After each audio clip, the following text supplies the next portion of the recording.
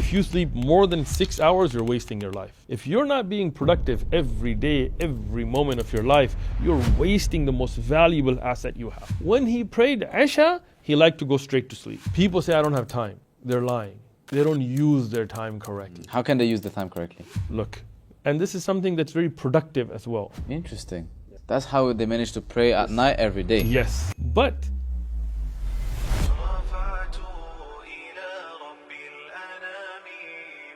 Assalamu alaikum wa rahmatullahi wa barakatuh. Welcome to a new episode. In this episode, we're talking about routines. Should you take cold showers in the morning? Should you go to Bali and do some meditation? Bali? Should you journal? What are you talking What's about the Bali? best? Are you going to be belly dancing out there in Bali? No. I don't know. That's what people say online. The best routine is the routine of the best of mankind. The greatest man to exist. The leader of Ibn Adam, the Imam of all of the prophets, the last prophet, Muhammad sallallahu alaihi wasallam. No Bali, no Fali, no Kali. You go out there to the routine of the Prophet sallallahu alaihi wasallam. Let's speak about it. What was the routine of the Prophet sallallahu alaihi wasallam? We see many ahadith that put together, we see a general skeleton of the schedule of the Prophet sallallahu alaihi wasallam. The hadith that first I'll begin with is the morning. Right? Because we'll begin with the early. At what time did the Prophet ﷺ start his day? So the Prophet ﷺ started his day before Fajr. Okay. Right? And what he would do is he would wake up before Fajr and he would pray Qiyamul Layl, he would pray Tahajjud, and we'll talk about this again in the latter part of his schedule as well. But Aisha radiyallahu anha mentions a beautiful hadith in Al-Bukhari that the Prophet ﷺ would get up around the middle of the night or the last third of the night, depending, right? Because there's always going to be some flexibility, because there's situations that are going to come up, right? But he would get up, he would start his routine before Fajr. And he would pray, and the regular way of Rasulullah sallallahu alayhi wasallam in Ramadan and outside of Ramadan is to make 11 rak'at of nafil salah at night. And he would make them in segments. So 4, meaning 2 and 2, and then he would rest a little bit, and then 4, 2 and 2, and then he would relax, and then 2 and 1. Which is 3, which is the shaf' and witr.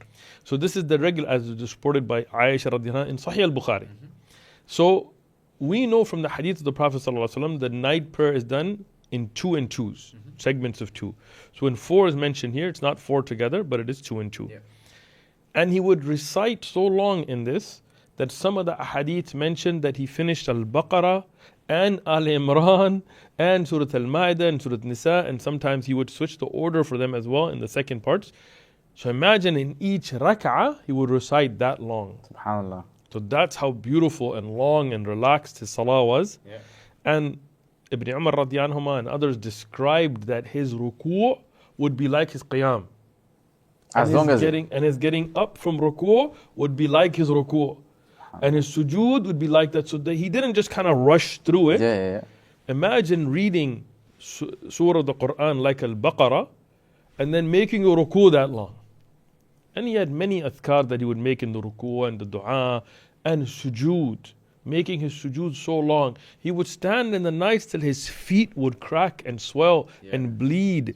And this is the best of mankind. There is not a sin that he's worried about. There is not but he loved Allah. Aisha radiyallahu anha told the Prophet sallallahu alaihi wasallam, O Messenger of Allah, you don't have any sins on you, and if you did in the past or the future, it would be forgiven. So why? He said, shouldn't I be abdun shukura? Allahu Akbar. Look at this wording. The Prophet sallallahu alaihi wasallam said, should I not be a thankful servant? Shukr, by the way, is done with amal, with action. With actions, If you want to thank Allah subhanahu wa ta'ala bil lisan, with your tongue, that's hamd. You don't say, that's true, You don't say shukr Allah. Like some people today, especially the ajam that don't know Arabic, they will say shukr Allah. Many people that are even Arab, like after ruku', they will say lakal hamd wa shukr. Even though this is not mentioned in hadith. Lakal hamd wa shukr ba'da ruku' is not mentioned in hadith. Rather, ربنا ولك الحمد حمدا كثيرا طيبا مباركا في ملء السماوات والأرض, so on. So many beautiful adhkar are mentioned. You should use them. But this word shukr, to thank Allah with the tongue, is not mentioned. But the amal of Al Dawood, shukra, the Al of Dawood alayhi salam and his family, Sulaiman, they would do actions to thank Allah. Shukr is action. So when Rasulullah sallallahu alaihi wasallam saying, shouldn't I be abdun shakura? Shouldn't I be abd, the slave of Allah who does good actions to thank Allah? So why are we lacking in that? Yeah, subhanAllah. Why is it that only in Ramadan that we stand in Taraweeh, but the rest of the year, where's that 11 rak'ah the rest of the year? صح قيام الليل. Yeah. Qiyamul Layl. And Taraweeh is Qiyamul Layl for Ramadan. There is no word Taraweeh in Hadith. This is, and Rasul prayed Taraweeh, meaning in Bukhari, he prayed the Qiyamul Layl in Ramadan, in Jama'ah, but he prayed it the rest of the year as well. There's more emphasis in Ramadan, no doubt, but we shouldn't forget it. So this is the first part of the day. He would start his day early with the worship of Allah subhanahu wa ta'ala. And that would go on until close to the adhan of Fajr. Okay. So imagine from the middle of the night or the third of the night, that is such beautiful long salawat. And if you cannot do all of that, make rak'atayn. Yeah. The Rasul did not specify a certain number for Qiyamul Layl. So if you make 2 rak'ah or 36 rak'ah, it's still Qiyamul Layl, no problem, pray it. But end it with witr. Okay, so 1 unit. 1 unit, Yeah. odd. Whether you make it 3 with 1 tashahud, but the regular way is to make 2, make salam, and make one rak'ah witr to end. Yeah. This is what Aisha radiyallahu anha in Bukhari, rak'ah wahda, I mean 1 rak'ah was his end. Then he would wait as the adhan would happen, and he would sit and he would put his foot on the other, and he would sit there and wait for the adhan, and the adhan would happen. He would go to the masjid, and before even going to the masjid, at times we see a hadith where Sahaba would come and discuss things with him, and he would give them answers and so on. And there's a beautiful hadith, because when you talk about sunnah, there is the fi'l and Nabi alayhi sallam, what Rasulullah did. There is the qawl of Rasulullah sallallahu alaihi wasallam, what he said, and there's iqrar, what he saw and approved of. Is a beautiful hadith, and I'm gonna really want you guys to think about this hadith. Like, focus. All right. You got my attention now. I got your attention. Good. That's what I was going for. One day, the Prophet sallallahu alaihi wasallam finished Fajr Salah. So it was Fajr, and he turned around, and he said, "Which one of you, to the Sahaba, gave sadaqah today?" Today, meaning after the adhan of Fajr until the Salah. They just started. They just started, right? From the adhan to the iqamah of Fajr, who gave sadaqah? Abu Bakr radiyan said, "Me, ya Rasulullah." He said, "Who visited a sick today?" Abu Bakr radiyan said, "Me, ya Rasulullah." Imagine, for by Fajr Salah. Yeah, that's like 5 a.m., 4 a.m., 5 a.m., 6 a.m. Ibn Hajar explains, he says that Abu Bakr radiyan, on his way to the masjid, heard about a Sahabi that was ill, visit them to remind them to come to the masjid or ask about them on the way. SubhanAllah. On the way, they said, "Who gave sadaqah today?" He said, "Me." On the way to the masjid, he gave sadaqah. He said, "Who began this day fasting?" Abu Bakr radiyan said, "I did, O Messenger of Allah." He said, "Who prayed a janazah today?" He said, "I, ya Rasulullah." Subhanallah, the Sahaba radiallahu anhum, they didn't delay the janaiz. You know, today somebody dies, no, his grandfather's not here and his uncle's not here. We're going to wait 2 weeks. We're going to put him in a freezer because his aunt wants to see his body and she's flying in from this country, and we're going to do an open casket and people are going to come and do all this bid'ah and give speeches and things. No, Sahaba were simple. You passed away, khalas, dunya is over, wash the body, put the coffin, bury him. So on the way, in early morning, somebody died in the night. When they woke up, they saw that he was dead. They washed his body, they put the thing, and they buried him and did the janazah before Fajr Salah. SubhanAllah. So Abu Bakr radiyan prayed janazah, woke up fasting, gave sadaqah, visited the sick before Fajr. SubhanAllah. And the Prophet ﷺ said, whoever combines these in one day, it's going to be from the people of Jannah. SubhanAllah. Right? So let's do this. Right? So now look at the productivity there. No slacking. Yeah, so he woke up before Fajr, Yes. he prayed Qiyamul Layl, then he would rest a little bit, go to the masjid. Yes, and at times, even before that, he would solve issues for people. Really? Before Fajr? Before Fajr. People would come and see him and he would answer their questions before Fajr. When he prayed Fajr, alayhi salatu salam, he would turn around to his companions and teach them. At times, he would ask them, has anybody seen a dream? And when they said they did, he would interpret the dream for them. At times he would tell them, if nobody else, then he would tell about his own dreams and teach them. And at times he would turn around and teach them certain masail. We've seen many ahadith where he would turn around after Fajr and teach the Sahaba something. Very good. Then he would sit in the masjid, as mentioned Sahih Muslim, until Ishraq, until the Shuruq, until the sun has risen. And he would make adhkar, and he would make his dua, and he would, have his personal time as well. And at times, as Umar radiallahu anh said, people would come and they would ask him questions and he would answer them. After that, he would go home and he would busy himself with his family matters. Okay. Right? Aisha radiallahu anha, for example, in hadith mentioned when the Prophet would come from the masjid, he would busy himself in helping around the house. Allah subhanahu wa ta'ala gave us such a beautiful example that he went home, he started helping his wife. He went home, he was giving lessons to his children, his grandchildren. He was teaching Hassan and Hussein radiallahu anhum ad-du'a and adhkar. So many hadith like this, right? Aisha radiallahu anha said when he was in the house, he would help her in the house. If he saw there was dishes or mending his own clothes, he would go and do it.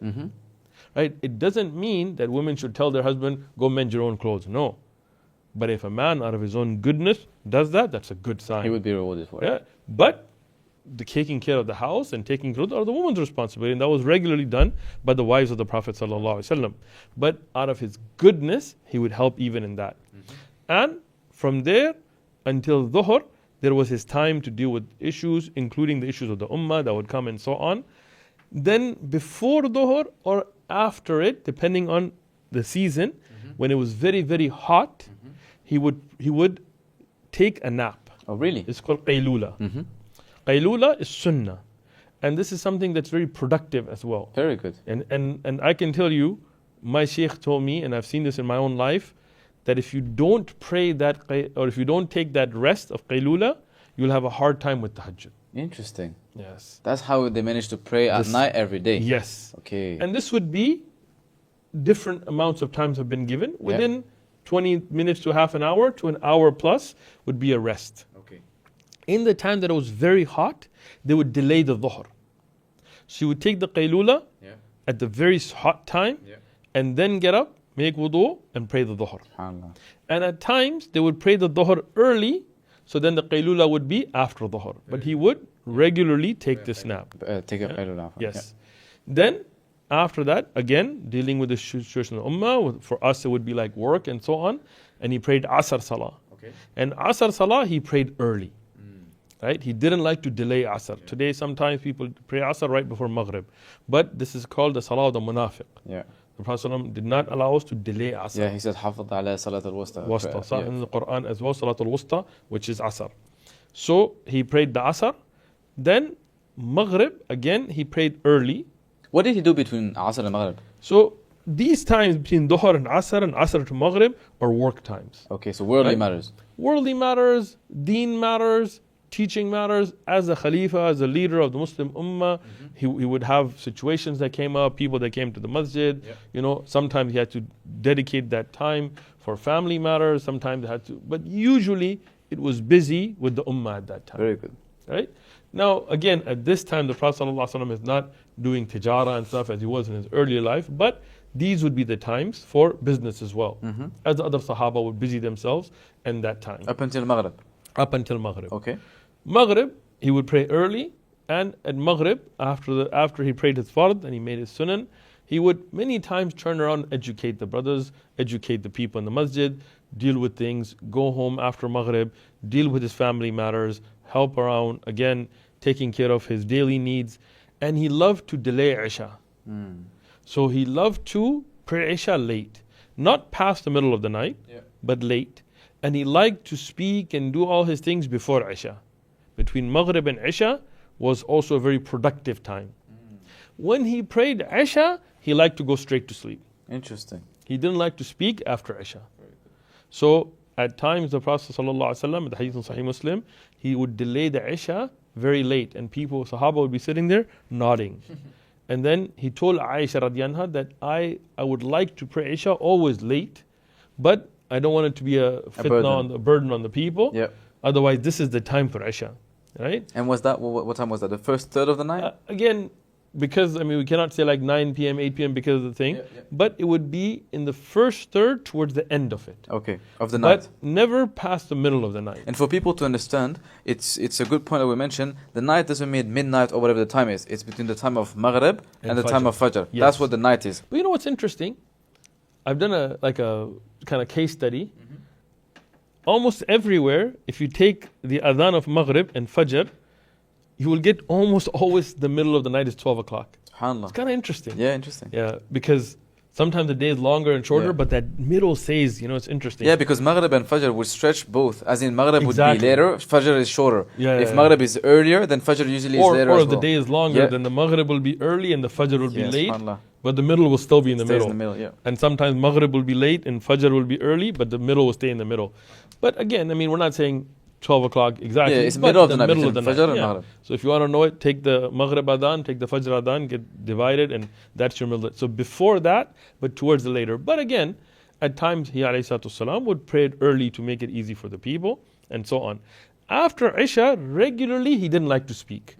But there are ahadith sahih, like Umar Radiyan mentioned the authentic hadith that I was with the Prophet ﷺ after Isha Salah and Abu Bakr Radiyan, and we were discussing the important things for the Ummah, and I was sitting with them. So there are times, in fact there are hadith that mention at times the Prophet ﷺ sat after Isha and gave the Sahaba advice and things till close to the Adhan of Fajr. SubhanAllah, okay. So those are occasional times, right? So there are times where yes, you will have to spend the night in different, because the ummah is going through a situation, or you're teaching a certain series and so on. As we're doing literally right now. It's literally, if we look at time right now, it's 4:29 and we're in the middle of Ramadan. So literally Fajr is in 1 hour as we're speaking. So again, these are certain situations that come up, and nothing wrong with that. And I'll tell you a beautiful example. Imam al-Bayhaqi, he mentions in the Manaqib of Imam Shafi'i, and it's not a hadith, this is a story about one of the Imam, which is Imam Shafi'i and Imam Ahmad ibn Hanbal. So we're not judging it like a hadith. So Imam Ahmad ibn Hanbal was a student of Imam Shafi'i, and he loved Imam Shafi'i, and they were very close. And Imam Shafi'i loved Ahmad ibn Hanbal, and he would tell him, you know more about hadith than me, so if you hear a hadith that I say that is not authentic, correct me and so on, and tell me the hadith. So they had a very beautiful relationship. Even though he was a teacher and student, but because Imam Ahmad was more knowledgeable in hadith, Imam Shafi'i would refer to him at many times in issues of hadith. So they had a very loving relationship as well as a student and teacher. Imam Ahmad would praise Imam Shafi'i to his family. The sons of Imam Ahmad were also scholars, Abdullah and Salih. So when they were young, to encourage them, he would tell them, my teacher is Shafi'i like this. And Imam Shafi'i was a zahid and a person of, who didn't care about the worldly life. He was a person who prayed a lot. He was a person of knowledge. So you should encourage your children and your families with the praise of good people.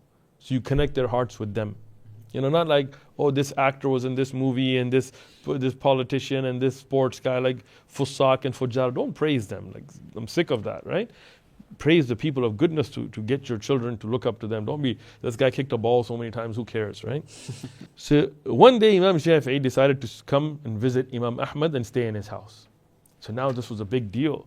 And Imam Ahmad, he was a very strict Zahid. Zahid meaning he didn't love the dunya. He was a very strict person for the akhirah. So every night he had the routine of the Prophet ﷺ as well, which is that he would have a bowl and a miswak ready, and he would, as the Prophet ﷺ would, get up in the middle of the night and he would make wudu and he would do the siwak and he would pray, and then he would go to the masjid and so on. Imam Shafi'i came, and the children of Imam Ahmad left for him the bowl like they did for their father, and a miswak and everything ready. In the morning, Imam Shafi'i went for Fajr without having touched the water. So now the children of Imam Ahmad were like, you praised this guy so much. Not only did he not get up for tahajjud, he didn't even make wudu and he went for Fajr, like the water is still there, But Imam Ahmad never allowed anybody to have any of these kind of things about anybody. So he asked Imam Shafi'i. Imam Shafi'i said, look, I put my head down and I started to think of masail. In some of the narrations of this story, they mention 70. And some mention different numbers. And I contemplated on these masail for the ummah. In one of the narrations of this, it's about one hadith. What does masail mean? Masail are the technical issues. What benefits we can derive for the ummah. So I started thinking of benefit for the ummah. In one hadith, one of the narrations of the story said 70, and some mention more and so on. Some mention 1,000, 7,000, so on, whatever it was. But many of them, until the adhan of Fajr. I didn't even sleep. That's why he didn't need to make wudu again. He still had his wudu. And he went straight to the masjid, right? So again, at times, yes, you can stay up all night. As Imam Abu Hanifa was famous that he would pray his Fajr with the wudu from his Isha. Imam Muslim, that's how he died. He was researching and eating dates at night, hadith, and whether he overate or ate something rotten and so on, but he died from it, but he was up all night doing this research, so on. So at times for the ummah, yes, you will stay up, but the regular way of the Prophet ﷺ is after Isha, he would go to sleep until the middle of the night. And then he would get up and he would awaken his family members, his wives, his children, to come and pray, and then he would begin the day from that middle of the night. So this is the routine of the Prophet ﷺ. And if we can, again, it's a very important thing to utilize your early morning. Really? What's so specific about the morning? Hadith. The Prophet ﷺ said, "Oh Allah, put barakah in the early mornings of my ummah." Really? Yeah, so going to sleep after Fajr is not a good idea. At times you have to, I get it, because people are up late, some people work night shifts, I get it. It's not haram, but if you want barakah in your time, don't sleep after Fajr. Stay awake. Very good. So it seems like from the story, the Prophet ﷺ's routine was geared towards ibadah and also productivity. He would make the most out of his time. How could we replicate it in today's day and age? If people are running a business, working, how could they balance their journey so they both focus on the deen but also stay productive? First thing, don't doom scroll. Don't sit there and waste 3 hours watching shorts that benefited you nothing.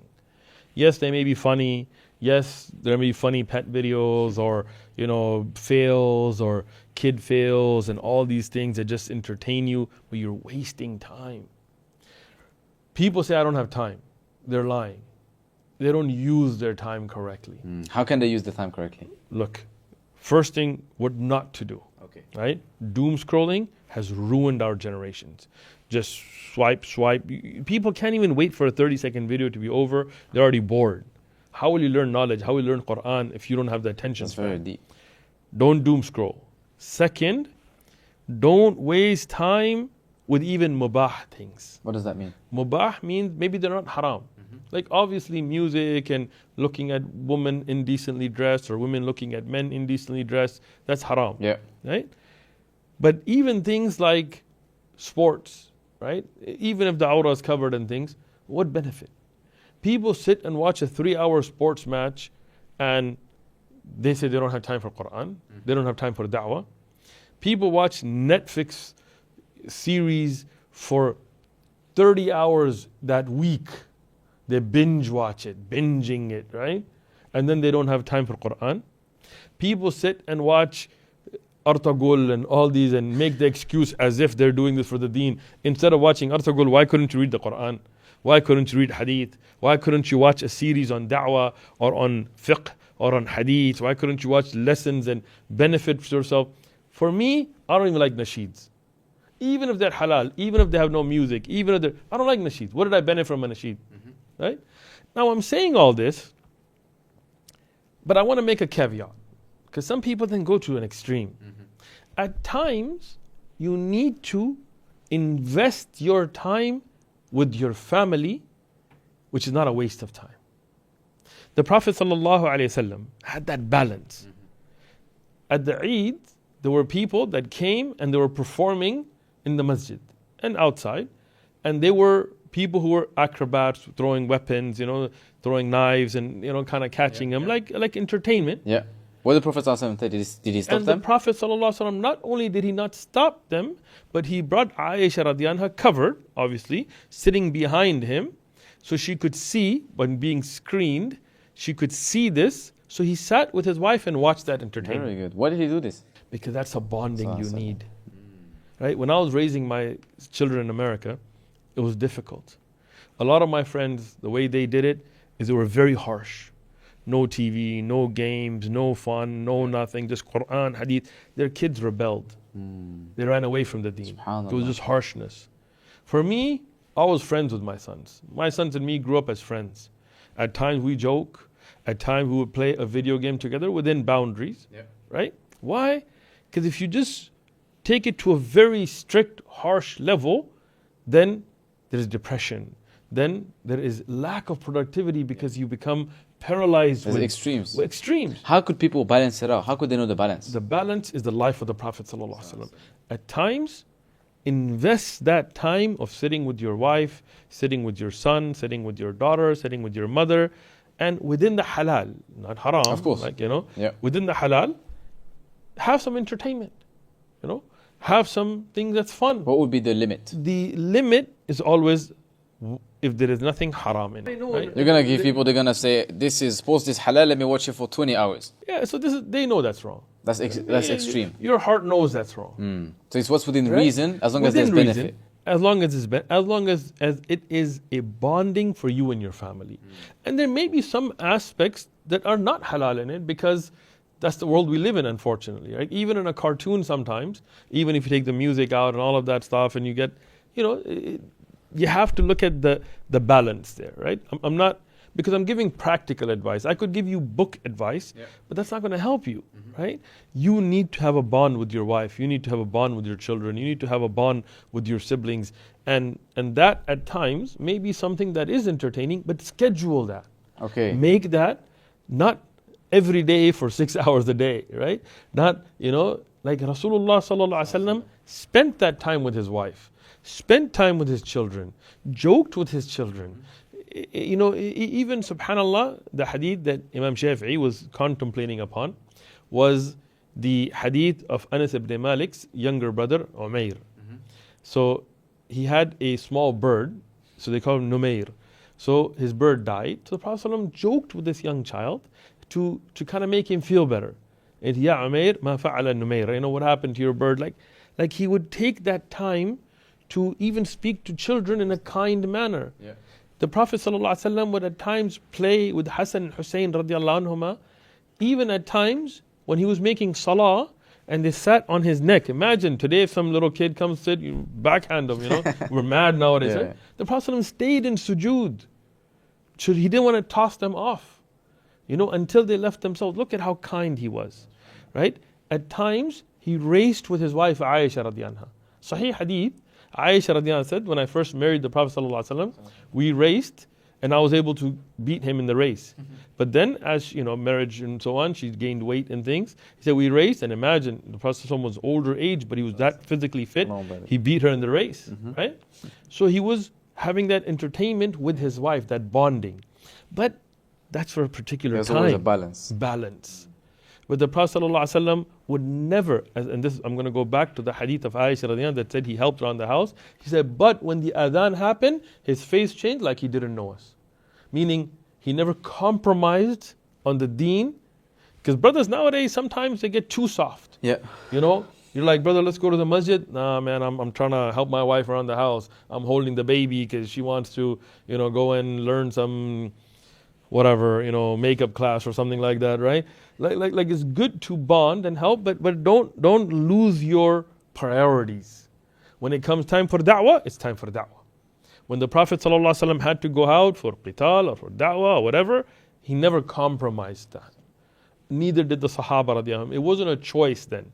Because the deen is a priority. But when you have your downtime, when you have done your responsibilities, to spend some time with your family for bonding, for things like the Prophet ﷺ did with Aisha radiallahu anha, whether it's sports, whether it's some halal form of entertainment, even if some of it will be edgy in that sense, like the men playing, somebody could criticize that. But this is an exception. Like in Eid, when the little girls were playing the duff. Now Abu Bakr radiallahu anhu got upset because he knew that musical instruments generally were haram. That's something known by the Sahaba, no doubt. But the duff, of one particular type of drum, when there is celebrations, an exception to the general rule of tahrim was made. The Prophet ﷺ said, it is their Eid and it's the day of celebration, leave them. So at times that entertainment was permissible, but in its place. That doesn't mean now you bring the guitar and you make that halal and you're sitting there, listening to music concert with your family. No, right? But it's Eid day, take your children, go and play some sports with them and have some fun entertainment within the halal as best you can. Today, even if we take them to a mall, there's going to be some aspects of haram. I know.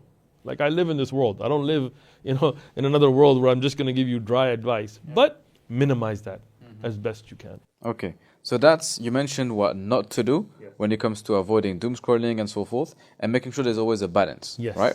Now, what is it to do to stay productive and also spend some time on the deen? First thing, schedule. The Prophet ﷺ, as we went through this, had a schedule. Always. What time he woke up regularly, right? How he went for Fajr, what he did after Fajr, how he went for Dhuhr. What's the best time for productivity? After Fajr. Always. Or after. For me, right? Personally, I also work best at night. Right? But that's like a personal thing, right? And like I said, many of the Imam of the past, they did as well. Ibn Taymiyyah and Nawawi and others were known to spend their nights in writing and collecting hadith and so on. And I find therefore personally, I focus at night. But when I used to study, for example, my schedule used to be like this. When I was in Emirat, for example, before Fajr, I would go to the masjid early before the adhan, and I would sit with a particular sheikh and revise my Quran with him and do whatever prayer and things. Pray Fajr with him. Then with a separate sheikh, who was the Imam of the masjid, I would learn my new Quran lesson from there and sit with them till Ishraq. I used to have my sons with me. From Ishraq to Dhuhr, I used to have a break to spend time with my family. Come home, take your shower, help, go clean, whatever you got to do, right? From Dhuhr to Maghrib, I used to be with my sheikh. So I used to go study with Dr. Sadiq al-Manna in his house, in his library. So Dhuhr to Asr we did hadith, Asr to Maghrib, Dhuhr to Asr we did fiqh, and Asr to Maghrib we did hadith, right? From Maghrib to Isha I would take a break again. I would go home, spend time with the family, have dinner and so on. After Isha, I used to have a sheikh from Azhar, he used to come and teach me Arabic. So we did like grammar, Nahu, Ajrumiyya, Qatrat. When would you sleep? So then after that dars, I would sleep until meaning usually from around 11 p.m. to about 2-3 a.m. would be my sleep time. SubhanAllah. That's it. Very little. Yeah. So and Friday was an off day. Yeah? But Friday then I would go spend time with the sheikh just to benefit from it. MashaAllah. Tabarakallah. So we can see that from the Sunnah, the best time is in the mornings. In the morning. And subhanAllah, that's what we hear a lot when it comes to entrepreneurial advice. They say have a good morning routine and always start early in the morning. And those are non-Muslims. They say I'm productive in the morning, I'm fresh in the morning, they start fresh from work. We can see again, subhanAllah, from the Sunnah of the Prophet starting early in the morning. He made dua for this time. That Allah bless this time for the Muslim Ummah. So the best time to work and be productive is after Fajr. After Fajr. Okay. Your mind is fresh. But get some sleep at night. Don't oversleep. So sleep after Isha. Yes. Then wake up before Fajr, pray. Yes. Then pray Fajr, get to work until Dhuhr. Then take a little nap. Yes. Like the Prophet ﷺ used to do. Beautiful. 20 minutes to an hour plus, if depending on how tired you are. Then what would you do between Dhuhr and Asr after the nap? Productivity again. Okay. And this is your time to learn Back your to work. deen. Okay. Whether like for me, I used to use even later when I was working, I used to work early. 6 a.m. I used to be at work already. 3 p.m. I was done. After that was my time to revise my mutun, revise my Quran, do my personal research and so on. Then I would have my family time, dinner together, eat, joke, laugh. I homeschool my kids, so catch them up on their homework and so on. Then Maghrib to Isha was my masjid time. Maghrib I would go and stay until Isha. Teaching, learning, revising, sitting, da'wah, shura and so on. After Isha come home, whatever, sit with the family a few minutes, go straight to sleep. Very good. So we can see from the Prophet ﷺ, we mentioned, wake up before Fajr, pray Qiyamul Layl, pray Fajr, then get to start being productive, pray Dhuhr, get a little break, get a nap, get back to work, be productive again, whether that's deen or, A'malud Dunya if you're working. Right. Then at Asr, what do you do between Asr and Maghrib? So again, this is a time that you can utilize for being with your family, for catching up on things that you need to get running done. Errands, if you need to buy certain things. Sure. And then Maghrib to Isha, try to spend that time for the sake of Allah subhanahu wa ta'ala. Maghrib to Isha, what you have to do, masjid, so on. And then you can delay Isha. Yeah. I mean, of course, because we pray in the Jama'ah, whatever time the masjid prays. But if you have control over it, pray it later. So you get everything done. Food, eating, family, before Isha. You pray Isha, go to sleep. Very good. And that's the routine of the Prophet ﷺ, generally, like you said. Yeah, of course there's exceptions, but that's the main routine he would follow. Exactly. Is that the routine the companions would follow as well? Yes. And this is a general routine of the Sahaba radiallahu anhum. And again, there are situations that come up and so on. You need to be flexible on that. But regularly, you should have a routine. And I'm going to speak to you directly here. If you're sleeping 10 hours a day, what is wrong with you? Why do you need 10 hours of sleep? Look, personally, if you sleep, in my opinion, and again, this is just a personal opinion, if you sleep more than 6 hours, you're wasting your life. Really? More than 6 hours, you're excessive in your sleep. Personally. I'm not a doctor, right? It's personal nasiha, right? get 4 to 6 hours of sleep, right? Couple that with the qaylula nap, you're good. Very good. And you know, one advice that people mention, and I would also mention, is the sleeping time is important on your recovery.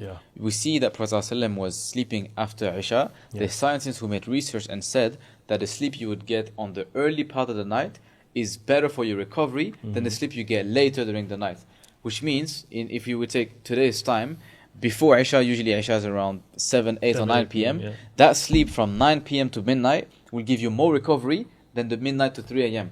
I've read a research which said the sleep of night is twice the benefit of your daytime sleep. Subhanallah. So you can see, as if you mentioned you sleep 6 hours, but that's early. Let's say you sleep 9 p.m. to 3 a.m. That's your 6 hours. You get a lot of productive sleep. Right. And then you pray Qiyam al-Layl, you start your day, have a little qaylula. Your day is so much longer. Like, think about it. Imagine the barakah you can have if you wake up at 3, 4 a.m. and you feel fresh. Imagine how much you can achieve. Until Dhuhr, that's 10 hours. You can have 10 hours of productivity, and it's just Dhuhr time. Imagine this. Then you pray, take a nap. You had a whole day of work, 10 hours. That's a complete day of work. Plus a nap, and it's not even Asr time yet. Imagine how much you can achieve. And then you get to work again, help your family. It's Asr time. Carry on with the dunya and working on certain things. It's Maghrib time. Spend some time on your deen. Learn about the deen. It's Isha time.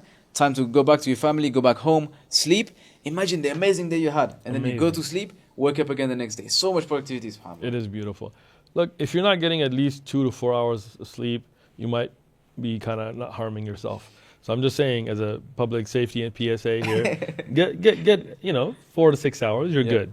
But if you're sleeping 10, like I talked to a brother the other day, he said he sleeps 12 hours a day.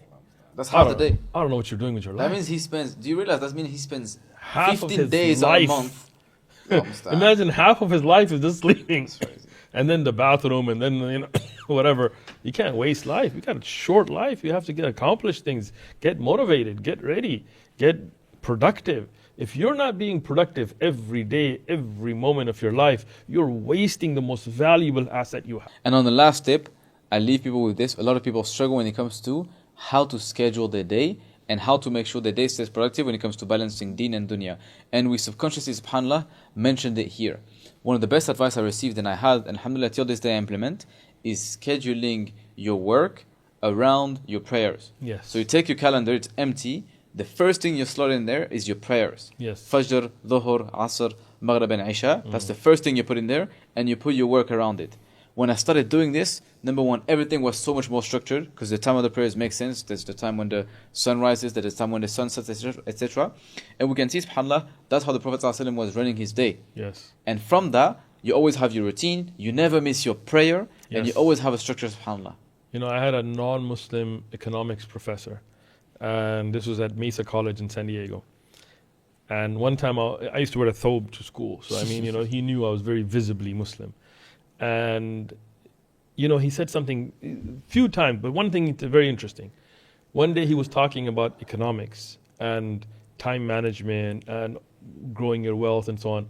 And he said, you know what? One of the best examples I've ever seen, he said, I used to live in Saudi Arabia. He used to be a professor in Saudi. He was not Muslim. Yeah.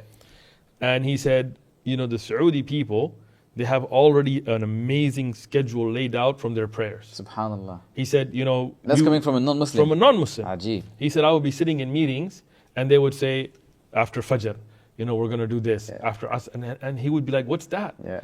And he said, there were 5 reminders every day to be on schedule. Like he was thinking about the adhan being like he's like, okay, if I would tell my Saudi co-worker and he would say, I want to get this done by Asr, if he heard the adhan for Asr, he would realize that he hasn't gotten his task done, and he'd get on point. So he was like, he goes, they get these 5 calendar reminders out on speakers every day. And I was like, he's talking about the adhan, Subhanallah. So it's beautiful to schedule your day around salawat. Subhanallah. That's amazing. So if you want to be the most productive, who else than the best human on earth to take example on? The Prophet ﷺ would start his day before Fajr by praying, then pray Fajr, then straight away get to be productive. And he was productive up until Dhuhr, pray Dhuhr, take a little nap, rest, then get back to being productive until Asr, pray again, get back to being productive, Allahumma barik, pray Maghrib. Between Maghrib and Isha, he would spend time focusing on the deen. Then he would delay Isha up until the first third of the night. Then he would pray and straight away go back to sleep after Isha. He wouldn't like to speak after Isha. And that's the best routine you can have, the routine of the Prophet ﷺ. So if you want to be a productive entrepreneur, take example on the Prophet ﷺ and the companions, follow his routine and be productive. Barakallahu feekum for watching the episode. Keep watching the series. May Allah bless you. Assalamu alaikum.